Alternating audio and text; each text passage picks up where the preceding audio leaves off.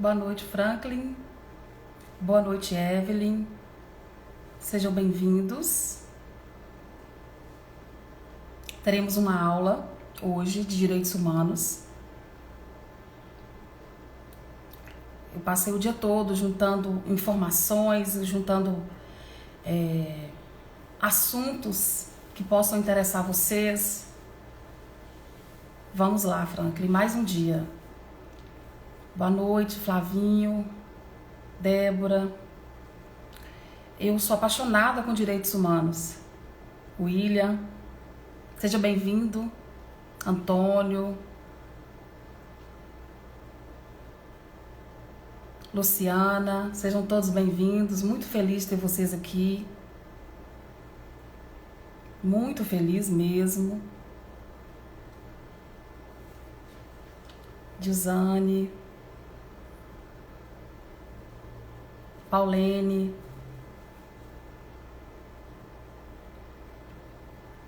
vamos lá. O áudio tá bom? Carol, Chayane, só confirma para mim se o áudio está bom. Se estiver bom, nós já vamos começar.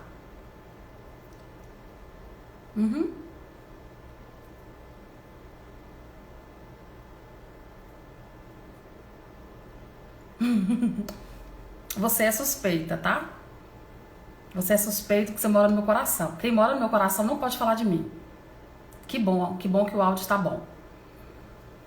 Ok. Ontem a nossa internet não estava boa. Foi o dia todo. Hoje já está melhor. Eu não entendi. Porque não tem porquê a internet estar ruim. Porque nossa internet é empresarial. Mas tudo bem, né? A gente entende que as empresas têm esses problemas também. Mas vamos lá, deixar de conversa, vamos começar? Então, eu disponibilizei para vocês um material.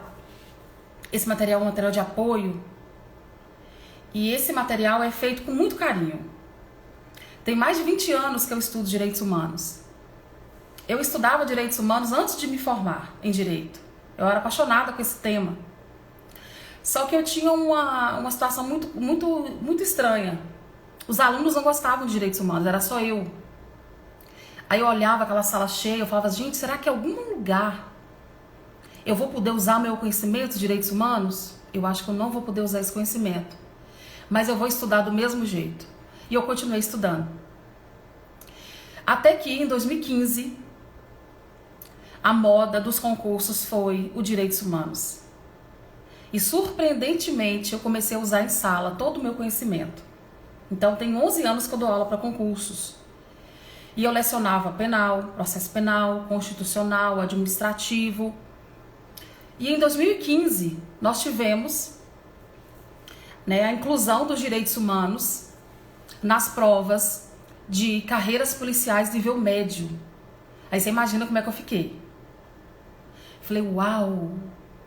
Agora eu vou poder usar todo o meu conhecimento, tudo que eu estudei, porque agora os alunos vão precisar de mim. Não sou eu que quero dar aula, agora são eles que vão precisar de mim. Foi exatamente isso que aconteceu. Eu tive a oportunidade de confeccionar esse material, que o Franklin falou que é um material bom. Então esse material você não vai achar na internet. Porque ele é totalmente sintetizado, ele é totalmente voltado para a banca de concurso. Então, quando o material ele é totalmente voltado para a banca de concurso, a empresa perde o cliente. A empresa perde de cliente porque o cliente para de adquirir produtos na mão dele. Eu não tenho esse problema. Eu quero aprovar meu aluno. Então, eu fiz o material completo.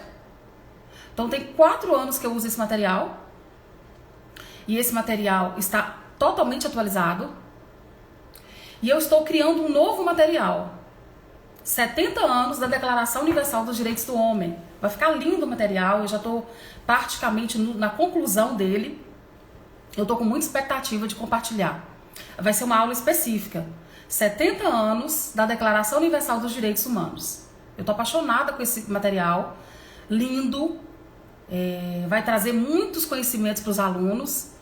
E logo, logo a gente vai agendar essas aulas, tá bom? Então hoje nós vamos iniciar nosso estudo de direitos humanos. uma matéria que eu amo, porque eu sou formada em Direito. Depois eu fiz especialização em Filosofia.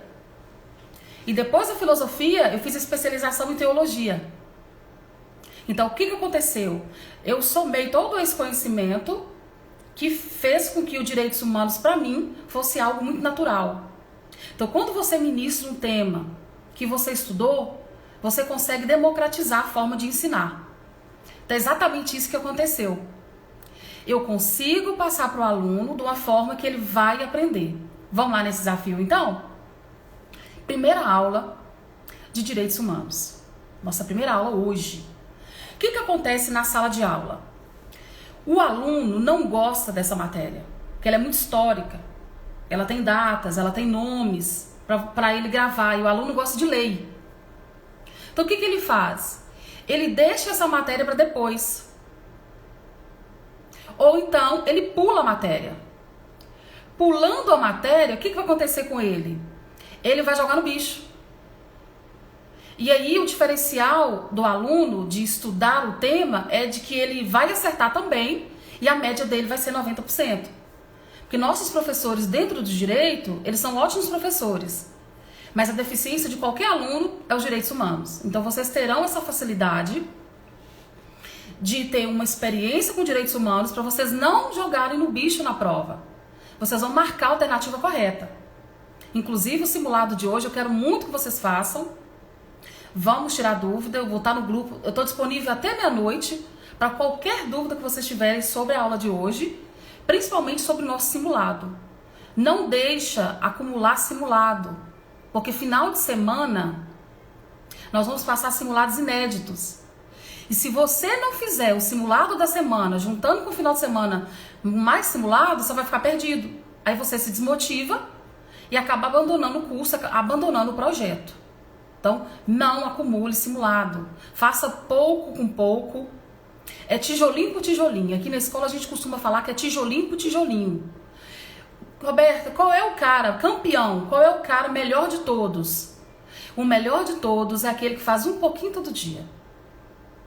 Tá? Não adianta você vir cheio de razão, você vir cheio de vontade de estudar e você não dá conta de manter. Então, o melhor ritmo é aquele que você dá conta de manter. Então, o cara massa pra mim é aquele cara que faz um pouquinho todo dia. Porque ele não é um cara extra motivado, mas ele é disciplinado. Então, o campeão, ele muitas vezes não é motivado, mas ele é disciplinado.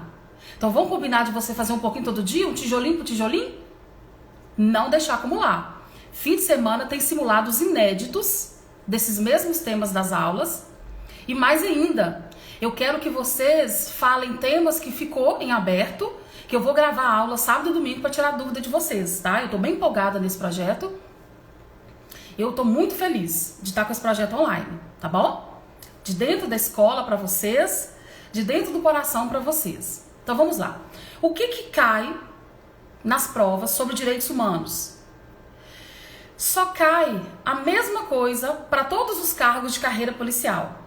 Então, se você vai fazer cargo, polícia penal, polícia militar, delegado, investigador, perito, todos esses cargos cobram o mesmo assunto.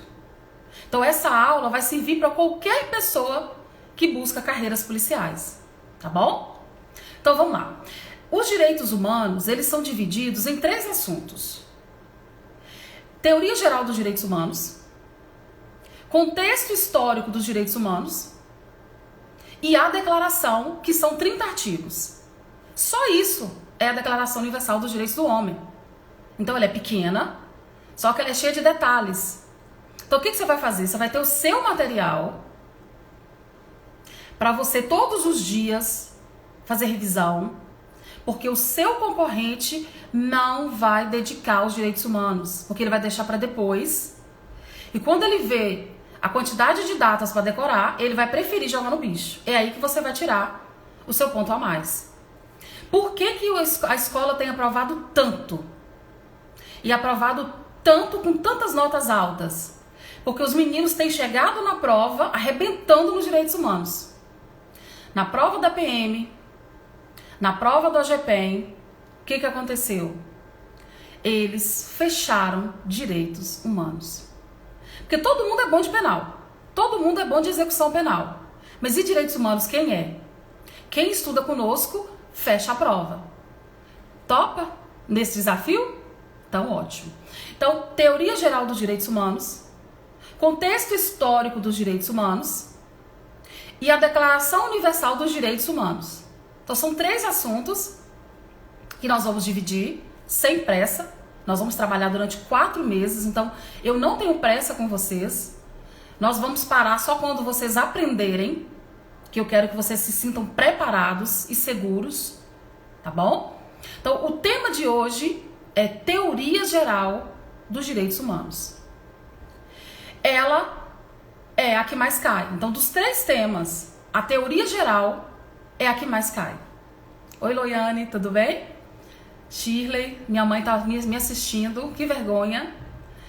Por causa dela que eu virei professora. Ela queria que eu fizesse outra carreira.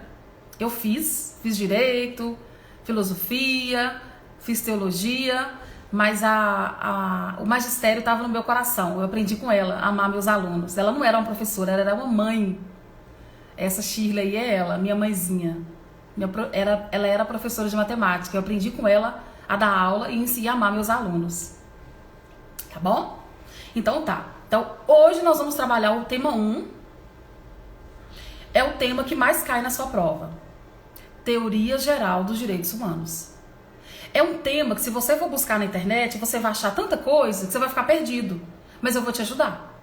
Eu estou aqui para te ajudar, para que você não fique horas lendo na internet e mesmo assim não entenda nada. Então vamos começar. Para quem está anotando, play nesse jogo. Para começar, você precisa saber o que é direitos humanos, o que é direitos dos homens e o que são os direitos fundamentais. Então são 3 coisas diferentes. Direitos dos homens, direitos humanos e direitos fundamentais. Você não pode ir para a prova sem saber a diferença dessas 3 coisas. Se você for para a prova sem saber, você não vai acertar nenhuma questão, a não ser que seja texto de lei. Então vamos lá. Nós temos listas de direitos. Então esses 3 nomes vão envolver 3 listas. Uma lista internacional, uma lista nacional de direitos e uma lista que não importa onde eu estiver, basta ter nascido humano, eu terei essa lista. Então, os direitos humanos é a lista dos direitos internacionais. Então, todos os direitos internacionais são chamados direitos humanos. Então, como é que um direito se torna um direito internacional? Quando ele é previsto em um tratado, um pacto, uma convenção. Então, os direitos internacionais é a lista dos direitos previstos no cenário internacional. Na maioria das vezes, ele vem em tratado, convenções e pactos. Mas eu tenho outra lista. A lista dos direitos fundamentais. Então, direitos humanos é a lista internacional. Os direitos fundamentais, que é a lista nacional. Então, todo lugar que eu estiver ligada pela nacionalidade, eu vou ter uma lista dos direitos fundamentais. Mas aí vem aquela pergunta: e se eu não estiver ligado por nenhuma nacionalidade? Então eu não tenho os direitos? Para evitar questões assim, que tem os direitos dos homens, que é inerente à própria condição do ser humano. Nasceu ser humano, ele tem uma lista mínima, que são os direitos dos homens. Então, os direitos dos homens é a lista mínima inerente à própria ideia de ser humano. Então, vamos imaginar uma pessoa que está enfrentando o exílio e ela é um fugitivo de guerra. E ela está atravessando a fronteira e é pega tentando entrar de forma ilegal em algum país. Ao ser presa, detida, essa pessoa pode alegar que mesmo como estrangeira em situação de ilegalidade, ela sabe os seus direitos, direitos do ser humano. Então, ninguém pode levá-la à morte por ela ter entrado de forma ilegal naquele país. Essa pessoa vai ter direitos mínimos. Esses direitos a gente chama de direitos dos homens. Então, por exemplo, imagina só, você está atravessando uma fronteira e nessa fronteira você é pego e essa pessoa te leva detida e lá você vai ter direito a um tribunal justo e um julgamento justo, porque na lista dos direitos mínimos prevê direito justo, a um julgamento justo e a um julgamento público, tá bom? Então, a primeira lista são os direitos internacionais. São aqueles direitos relativos ao cenário internacional, normalmente previstos em tratados, em convenções, em pactos. E eu tenho os direitos fundamentais, que são aqueles direitos previstos de forma interna, porque esse é de forma externa, já esse é de forma interna. Então, o país ao qual eu estou ligada por nacionalidade vai me dar uma lista de direitos fundamentais. E normalmente, esses direitos são inspirados nos direitos humanos. Então, o Brasil, ele participa dos tratados, assina os tratados, assinando os tratados, ele traz esses tratados para o Brasil e acrescenta na lista dos direitos fundamentais novos direitos. Então, por isso que o Brasil assina tratados. Ele assina justamente para trazer a lista dos direitos fundamentais. E por último, para terminar, os direitos dos homens, que é aquele onde eu não preciso ter nem nacionalidade para adquiri-los. Basta eu ter nascido ser humano. Imagina só, nesse mundo de guerra que nós estamos enfrentando, Síria, esses países, quantas pessoas saem em exílio buscando pátria. Então, a primeira coisa que ela perde quando ela sai do seu lugar é sua pátria. Então elas podem ser conhecidas como apátridas. O que é uma apátrida? Apátrida é uma pessoa que não tem pátria. Então quando ela deixa seu país em exílio e busca um novo lugar para ficar, ela perde a sua pátria. Então nós conhecemos essa pessoa por apátrida, porque ela abriu mão da sua nacionalidade para buscar território estrangeiro e para ela ser recebida como uma pessoa que veio como asilo, tá? Toda pessoa que sai do seu território buscando um território novo, ela pede asilo, tá bom? Então essas pessoas que migram buscando um novo território, elas buscam asilo e os países concedem asilo. Recebendo esse asilo, ela passa a ter direitos fundamentais dessa nacionalidade ao qual recebeu essa pessoa.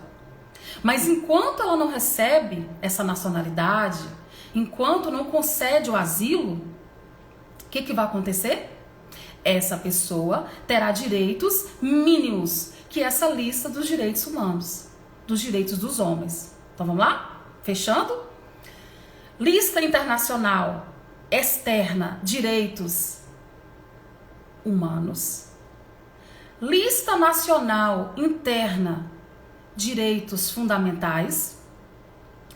E a lista mínima, que se chama direitos dos homens.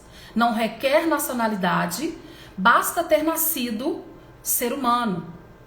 E algumas bancas costumam associar os direitos cristãos aos direitos dos homens. Então essa lista mínima, ela pode ser concluída e ela pode ser conciliada com os direitos cristãos. Então, por onde o cristianismo passou, através dos seus apóstolos, olha como é que você soma o direito com a teologia e a filosofia. Olha que interessante, no final, quando você estuda, as coisas fazem mais sentido. Então, quando os cristãos viajaram por todo o mundo pregando o evangelho, aquela semente do evangelho ficou plantada e as pessoas entenderam que eram livres, que tinham direito à vida, não podiam ser escravizadas, que elas pudessem até mesmo cometer crimes, mas que tinham direito a julgamento justo e público. Tá? Então, é certo sim. É certo. Se a banca perguntar se os direitos dos homens, aqueles direitos mínimos, inerentes à própria condição de ser humano, podem ser comparados aos direitos cristãos, sim. Pode colocar no seu material. Eles podem sim ser associados aos direitos cristãos. Por onde o cristianismo passou, ficou plantado essa semente, e essa semente frutificou na Revolução Francesa. Quanto tempo depois, para que nós tenhamos frutos dessa semente cristã? Até aqui tudo bem? Alguma dúvida? Vou aguardar 1 minuto para vocês falarem se tem alguma dúvida nesse tema. Se vocês tiverem alguma dúvida, eu vou esclarecer. Tá? Então vamos pensar, vamos analisar se está tudo certo, entenderam a diferença entre os direitos humanos, direitos dos homens. Tudo certo, Antônio? Que bacana, hein? É muito bom quando a gente né, faz uma explanação e os alunos entendam. É muito bom. Bacana. A Adriana também entendeu. Muito bom. Então, sem isso, Loiane também, bacana. Então, sem isso, não dá nem pra entrar na matéria. O Alex também entendeu. Sem isso, gente, o William entendeu. Sem essa introdução, Arthur também, a Juliana, né? Debinha também. Aí você consegue estudar direitos humanos sem aprender isso? Impossível. É impossível estudar direitos humanos sem você saber a diferença entre direitos humanos fundamentais e direitos dos homens. Então, a partir desse princípio...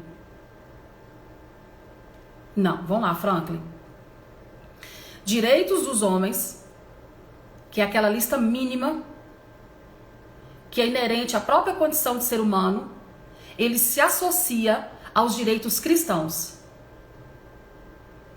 Porque os direitos humanos é a lista internacional, são os direitos externos, na esfera global, e esses direitos normalmente vêm previstos em tratados, convenções e pactos. Tá? Ficou claro agora, Franklin?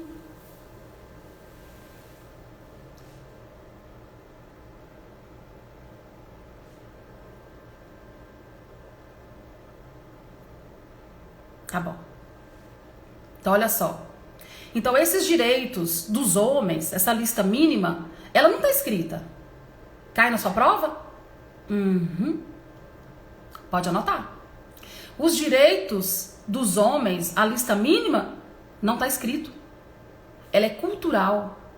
Ela veio com a semente do cristianismo. Isso já é pacífico, ninguém questiona. Aí eu te pergunto, e os direitos humanos e os fundamentais, eles são previstos em lei? São. Eles são previstos em lei. Se não tiverem previstos em lei, eles são apenas cultura. E cultura não é lei, certo? Cultura é lei? Não. Então, os direitos dos homens, a lista mínima, ela é cultural. Ela não está prevista em lei. Ok?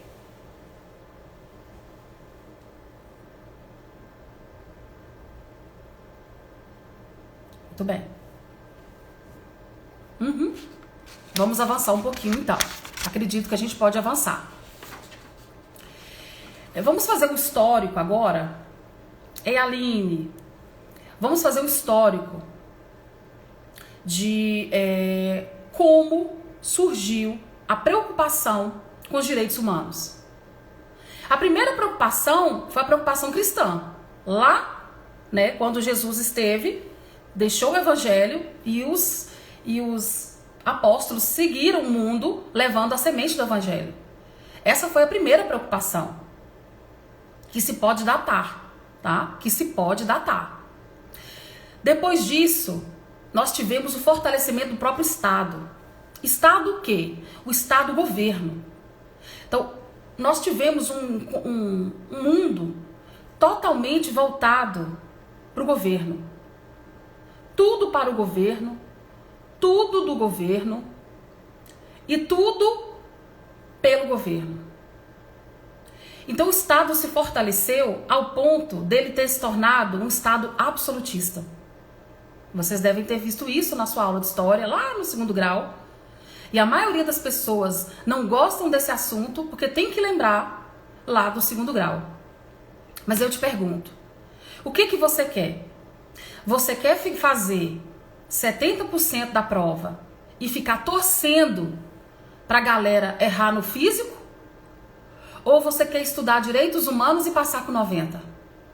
Porque se você estudar direitos humanos, você vai passar na prova com 90%. Essa é a realidade dos alunos aqui do RA Concursos. Eles passam e passam tranquilos, porque eles passam sabendo também os direitos humanos. Então é um desafio voltar com matérias do 2º grau, mas a resposta é sua. Você quer ou não quer os 90%? Quem aí quer 90% e passar tranquilo? Ficar sentado de pernas cruzadas e que os outros lutem para conseguir tudo para chegar perto de você. Porque depois que você passar na prova objetiva, a escola vai te ajudar a passar na prova física, tá? Nossos professores são treinadores físicos e eles vão te ajudar também no físico. Perder a barriguinha, correr, fazer... Na nossa escola tem academia, os alunos também têm a chance de treinar aqui. No intervalo, eles correm lá para a academia para fazer barra, porque não adianta só aqui, também tem que ser o físico, né? A Dil ganhou neném recentemente, então, né, Dil? Vamos dar uma corridinha aí, né, amiga? Porque não adianta aqui, porque 90% vocês vão garantir. Depois dos 90%, nós vamos correr atrás do prejuízo de forma literal. Você quer 100, Antônio? Uau! Gostei. Gostei. Vibração positiva. O Antônio quer 100%. Então tá bom, nós estamos aqui nesse desafio. O 100%, se tiver redação, vai ser a redação que vai te dar. Tá bom? Então tá bom. Então tá. Então vamos lá. Tudo pro Estado, até que surgiu o Estado absolutista. Aí você vai lembrar lá na sua aula de 2º grau. Então é isso que era o tal do Estado absolutista. É o Estado extremamente forte. E esse Estado forte desencadeou 2 guerras. Esse Estado forte desencadeou 2 guerras. E a sociedade ficou pensando qual era a razão de fortalecer o Estado se o próprio Estado não se livrou da guerra. E nós tivemos uma opção nova de ver as coisas. Então nós tiramos o Estado do centro e colocamos o humano no centro. Por isso que também chama de humanismo, tá? Então isso aconteceu na Revolução Francesa. A Revolução Francesa trouxe o ideal iluminista que veio trazendo o humanismo. Então, gente, aquela professora lá do ensino médio que talvez não sabia explicar, humanismo é isso. É o homem no centro, porque o Estado não deu conta de gerar proteção para o mundo, porque ele foi vítima de 2 grandes guerras e terríveis guerras. Então, após a Segunda Guerra Mundial, nós tiramos o Estado do centro e colocamos o homem. Então, o que nasce aí? Nasce o princípio mais importante do mundo.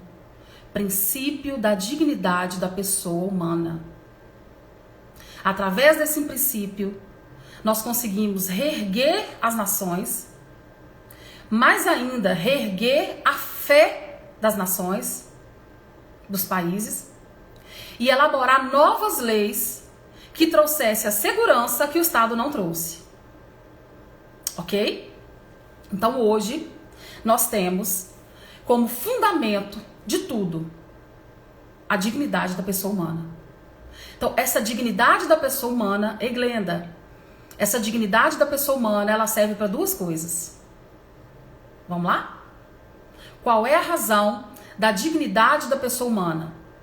A primeira coisa, ela serve como unificação. Ela vai servir para unir o mundo e as nações. E ela serve de interpretação. Ela serve de interpretação. Tudo e qualquer lei que for criada, ao ser interpretada, no caso concreto, ela tem que levar o homem para o centro da sua dignidade. Então esse princípio, muito forte, foi responsável pela reconstrução do mundo após a Segunda Guerra, foi responsável pela reconstrução da fé no futuro, e ele serve como duas coisas. Esse princípio da dignidade da pessoa humana, ele unifica pessoas e países, e ele serve de interpretação para qualquer lei. É como se fosse assim: eu não sei como julgar a causa. Eu, como juiz, eu não sei como julgar a causa. Não importa, juiz. Não importa a sua decisão.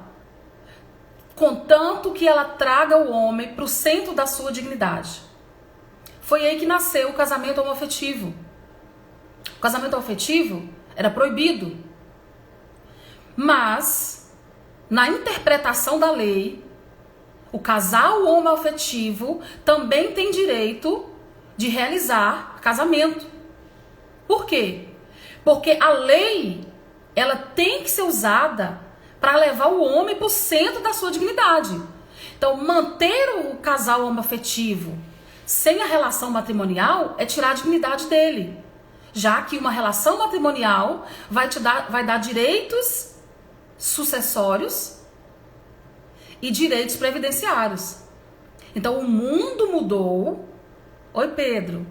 O mundo mudou o seu foco, tirou o Estado do centro, pôs o homem no centro, e tudo que se faz é para unir os estados, unir os homens, e principalmente na interpretação das leis, levar o homem sempre para o centro dos seus direitos. O STF, ele é o guardião da Constituição, Supremo Tribunal Federal. Então nós temos um triângulo de importância dos tribunais. Ele está no topo. Ele serve como grande guardião. Toda vez que ele percebe que alguém saiu do centro da sua dignidade, ele vem, repara a situação e apesar da lei ser contrária, ele dá à pessoa o seu direito de ter dignidade. Eu posso dar diversos exemplos, eu vou dar 2. Cultivar maconha em casa para os pais que têm filhos com doenças degenerativas.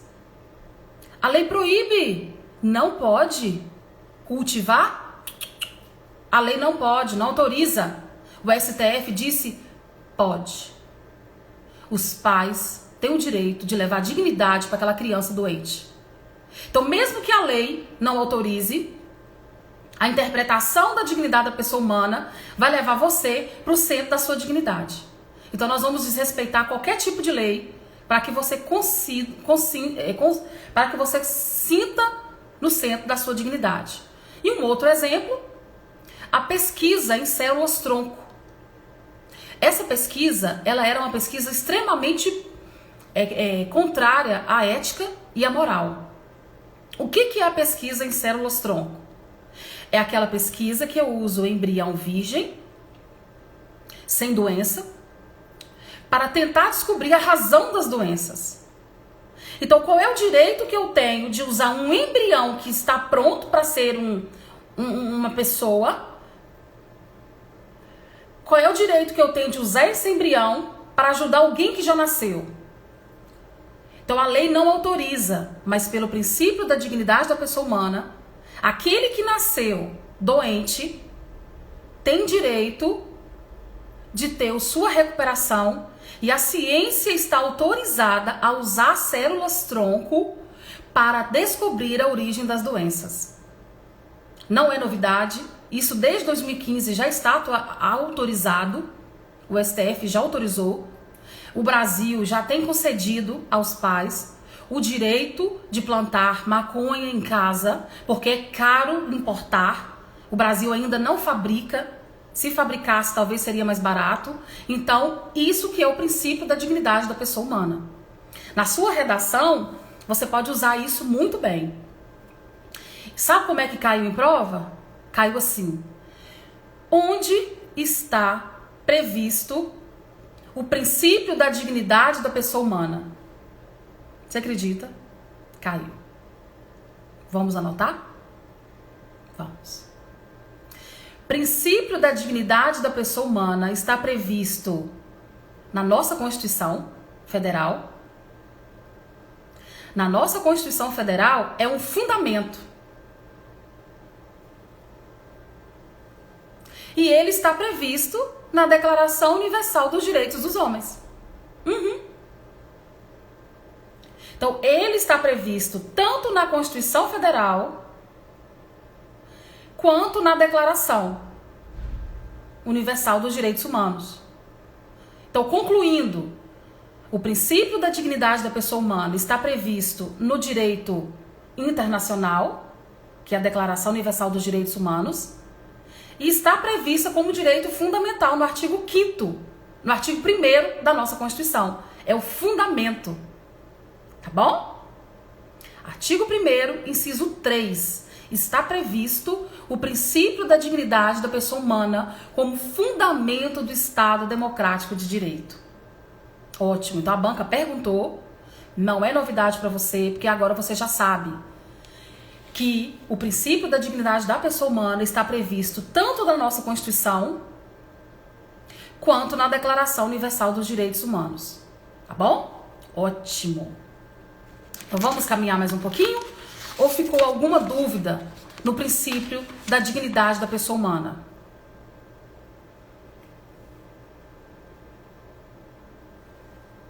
Podemos continuar?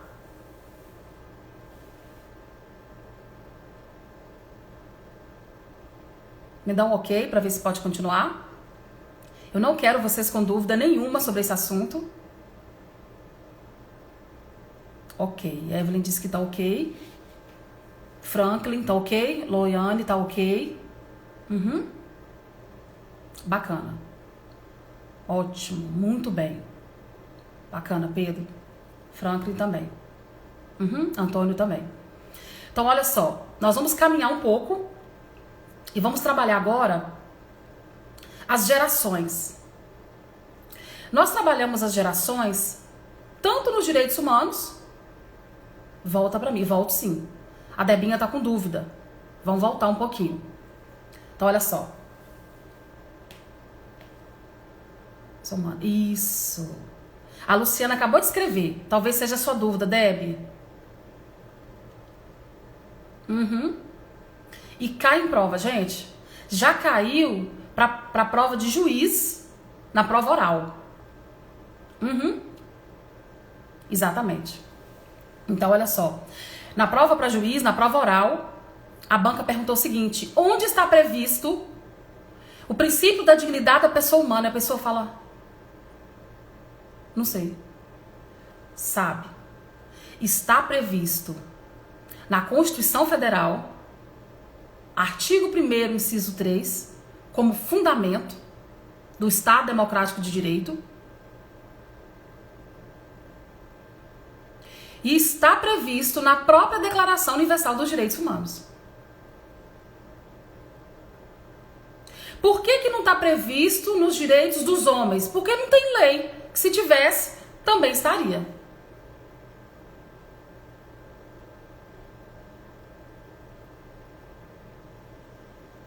Tá bom, Debinha?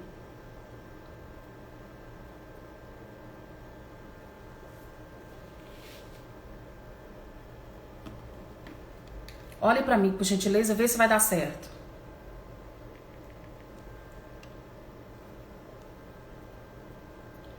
Vê se restou alguma dúvida.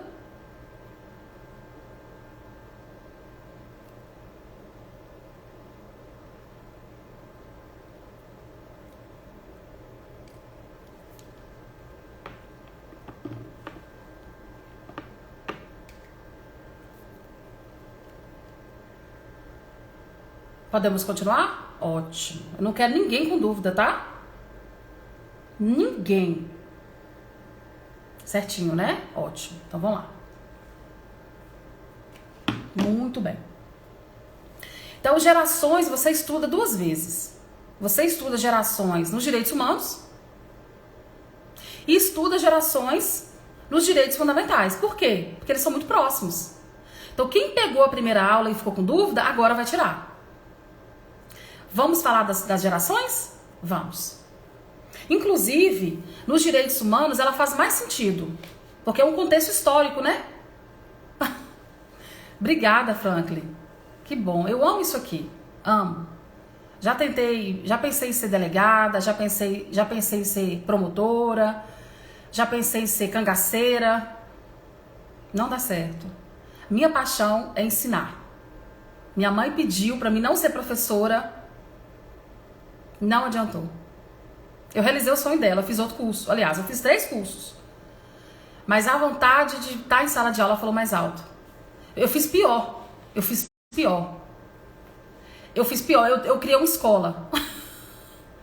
Olha, aqui não tá travando, Chay. De qualquer forma, vai ficar salvo. Tá? O que você conseguir ficar, vai aproveitar. Não desiste. Vai ficar salvo. E o que ficar salvo, vai ficar salvo da forma íntegra.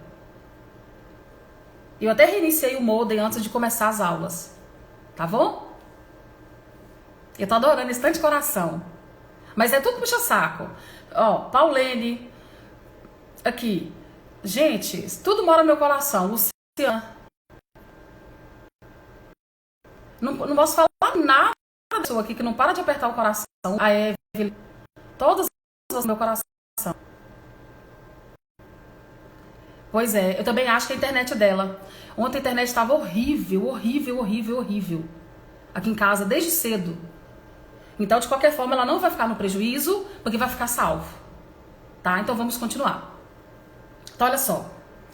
Teve um cara que criou e estudou as culturas. E disse... Isso mesmo. Então, olha... Existiu um cara que estudou os direitos e falou, vem cá, mas peraí, os direitos, eles têm gerações. Existem gerações de direito. Obrigada, Antônio.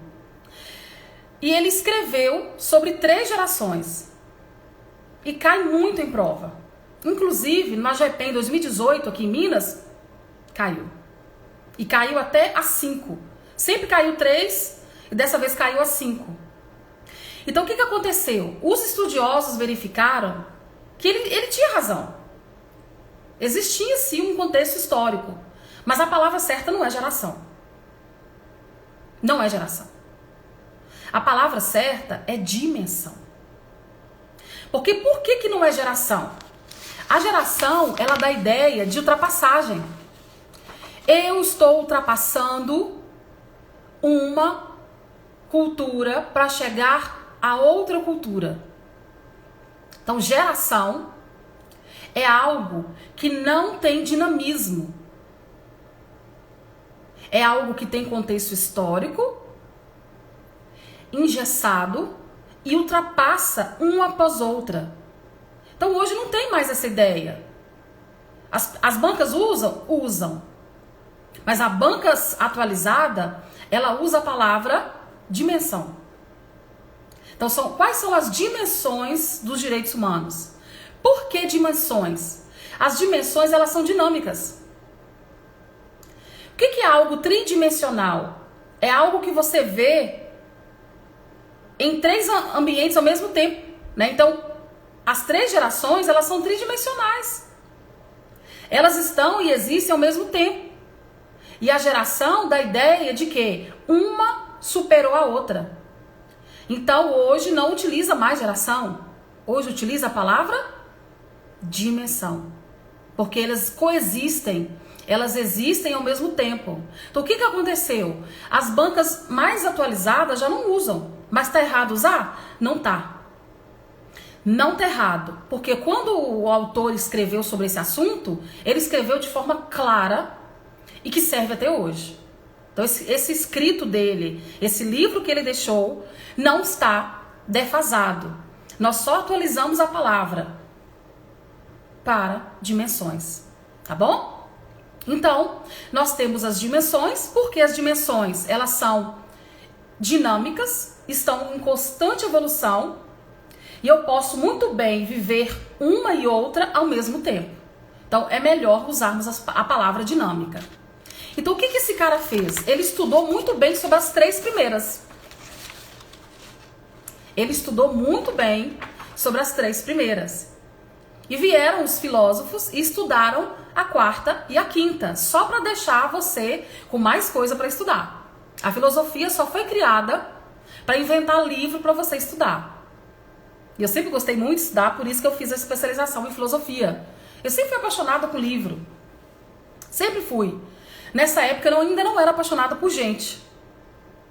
Depois que eu me apaixonei por gente, eu troquei os livros por gente. E foi a melhor troca que eu fiz. Porque os livros me deixavam cada vez mais solitária. E as pessoas me deixam cada vez mais viva e apaixonada. Então eu fiz a melhor troca da minha vida. Eu estudei o quanto foi necessário, o quanto precisava, para depois conhecer minha verdadeira paixão, que são pessoas. Então tem meus livros? Ainda tenho. Leio? Ainda os leio. Mas a minha verdadeira paixão são as pessoas. Eu adoro gerir pessoas, gerir sonhos. Eu gosto de gerir meus professores. Eu gosto de novos desafios. Então estamos aí nesse projeto online justamente para esse novo desafio. Muito bem, então vamos lá.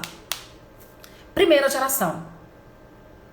A primeira geração, ela foi justamente a época do Estado absolutista. Então essa primeira geração exigiu do Estado que ele saísse do centro e colocasse o homem também. Então a primeira geração foi a mudança do Estado de dentro para colocar o homem no centro. Então a primeira geração vai ser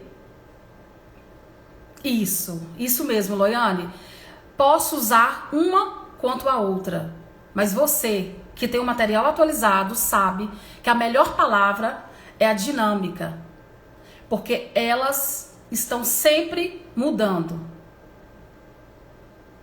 Mas elas não são superáveis. Elas não são algo que deixou de existir. Tá? Eu posso ter a primeira e a segunda e a terceira do mesmo modo que eu posso ter somente uma, somente a segunda, somente a terceira. Elas estão existindo juntas. Elas estão existindo juntas. Por isso essa tridimensionalidade. Tá bom? Então ótimo.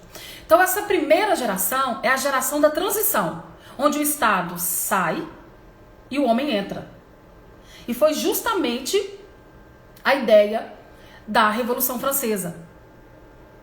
Qual é o lema da Revolução Francesa? Nós tivemos 3 lemas: liberdade, igualdade e fraternidade. Não é por acaso. Vai ser as 3 gerações. Primeira geração, liberdade. Segunda, igualdade. Terceira, fraternidade. Então são as 3 gerações de direito. São os 3 lemas da Revolução Francesa. Então a Revolução Francesa, na primeira geração, tirou o Estado do centro e colocou o homem no centro. Foram os iluministas que foram responsáveis por isso. Os filósofos, né, na época. Eles que trouxeram essa visão humanista de trazer o homem para o centro, para a preocupação. Tudo tinha que ser feito preocupado no homem, não no Estado. O Estado ele tem meios próprios de se salvaguardar, mas e o ser humano? O ser humano é frágil, o ser humano é mortal. Tá bom? Então a Revolução Francesa é um marco da primeira geração. Então qual é a posição do Estado na primeira geração? Quem assistiu a primeira aula sabe. Eu vou regravar a primeira aula, porque eu não consegui salvar. Quem lembra pode escrever. O Estado não vai fazer nada, porque ele vai deixar o homem participar. Então a postura do Estado na primeira geração é uma postura negativa.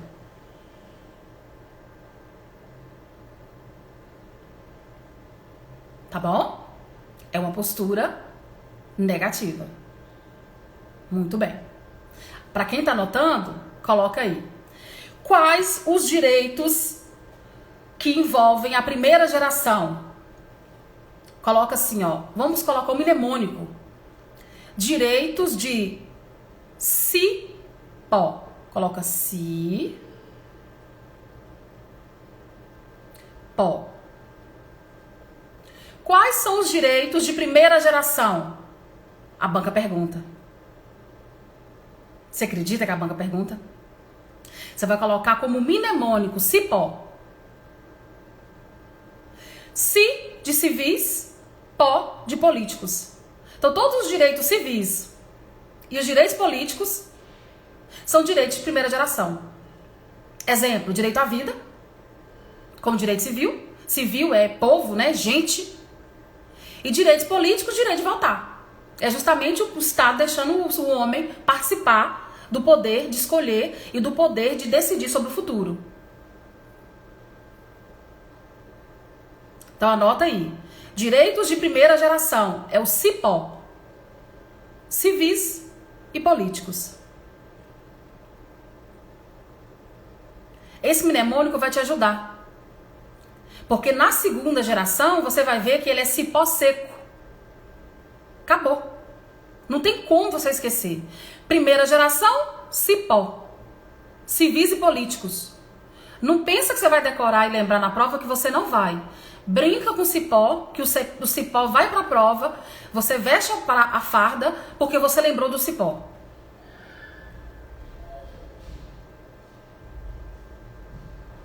Tá? Cipó.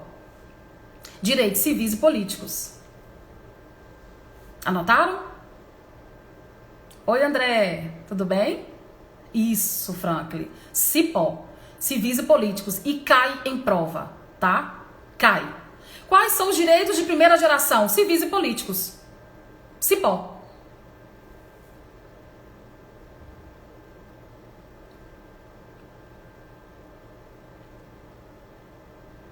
Muito bem.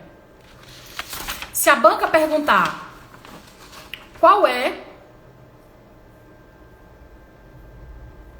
os direitos de primeira geração? Cipó. Vamos lá, André. Você vai pegar a aula no meio, mas vale a pena. O que você ficar aqui pra frente, você vai aprender. Tomara que ele aprenda, né? Pegar a aula pela metade é ruim, mas vai valer a pena. Agora vamos para os direitos de segunda geração. A primeira geração é liberdade. Deixar o povo livre para participar também e ter direitos civis e políticos, né? Direito de voto, direito de participar, escolher democracia. Ok. A segunda geração, eu vou ter o Estado voltando.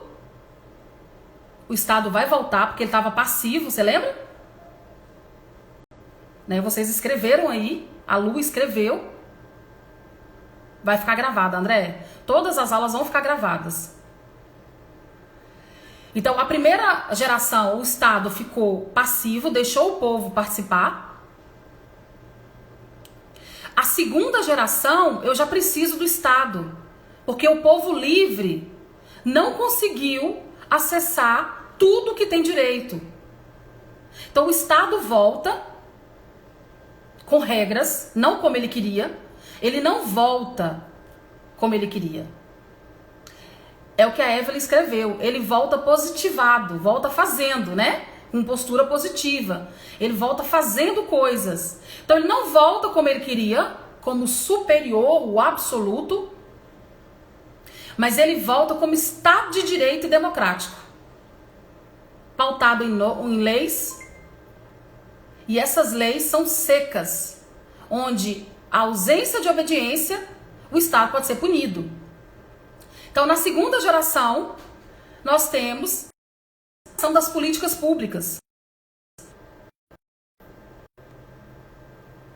O Estado cria as políticas públicas para garantir a igualdade, que é o segundo lema da Revolução Francesa. O povo já estava livre, mas eles não conseguiram acessar os direitos. Aí o Estado volta, cheio de regras, e cria as políticas públicas. para ajudar o povo a ter um nível de equilíbrio e um nível de igualdade, exatamente como a Luciana está escrevendo.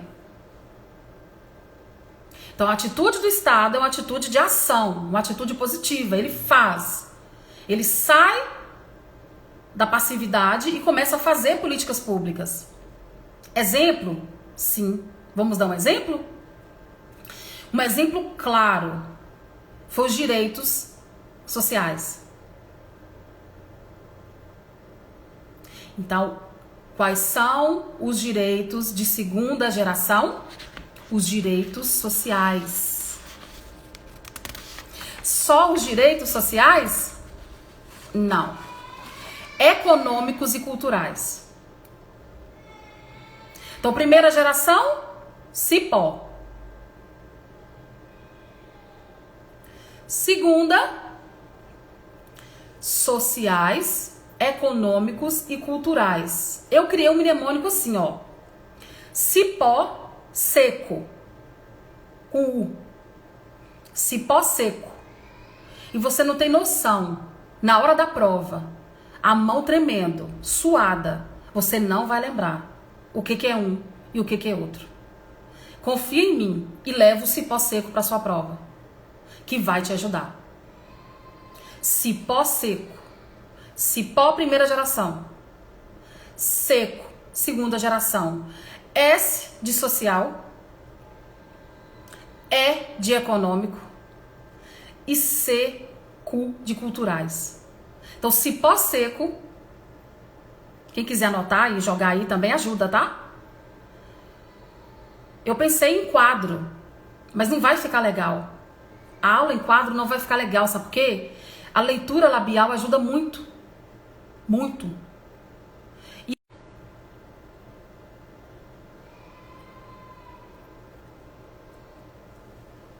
Voltou?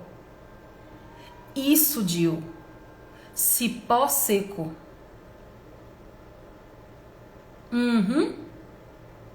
Cipó seco, acabou. É uma questão que ninguém decora. Mas você, com seu cipó seco, você leva na prova. Cipó, Debinha, primeira geração. Seco, segunda geração. Seco de sociais, E de econômicos e Q de culturais. Cipó, seco.